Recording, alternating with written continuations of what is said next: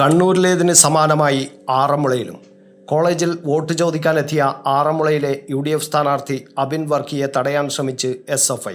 Kozhencherry cent Thomas കോളേജിൽ vote ചോദിച്ച് എത്തിയപ്പോഴായിരുന്നു തടയാൻ ശ്രമിച്ചത്. SFI KSU പ്രവർത്തകർ തമ്മിൽ ഉന്തും തള്ളും ഉണ്ടായി. കഴിഞ്ഞ ദിവസം കണ്ണൂർ ഗവൺമെൻറ് പോളിടെക്നിക്കിൽ വോട്ടഭ്യർത്ഥിച്ചെത്തിയ കണ്ണൂരിലെ UDF സ്ഥാനാർത്ഥി അഡ്വക്കേറ്റ് TO മോഹനെയും SFI പ്രവർത്തകർ തടഞ്ഞിരുന്നു.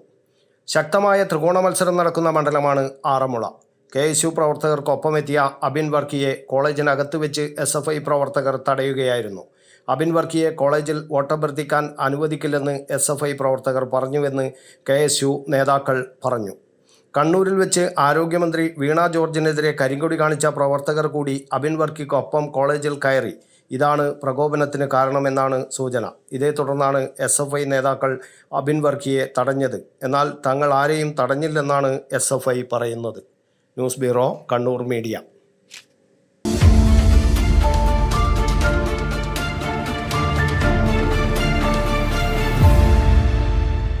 ശരി, പറയും എന്താ ഇങ്ങനെ പ്ലാൻ? കിച്ചൺ വർക്സും ഇന്റീരിയർ വർക്സും നമുക്ക് നല്ലൊരു ടീമിനെ ഏൽപ്പിക്കണം. പിന്നെ ഫർണിച്ചർ സുനിതയിൽ എടുക്കാം.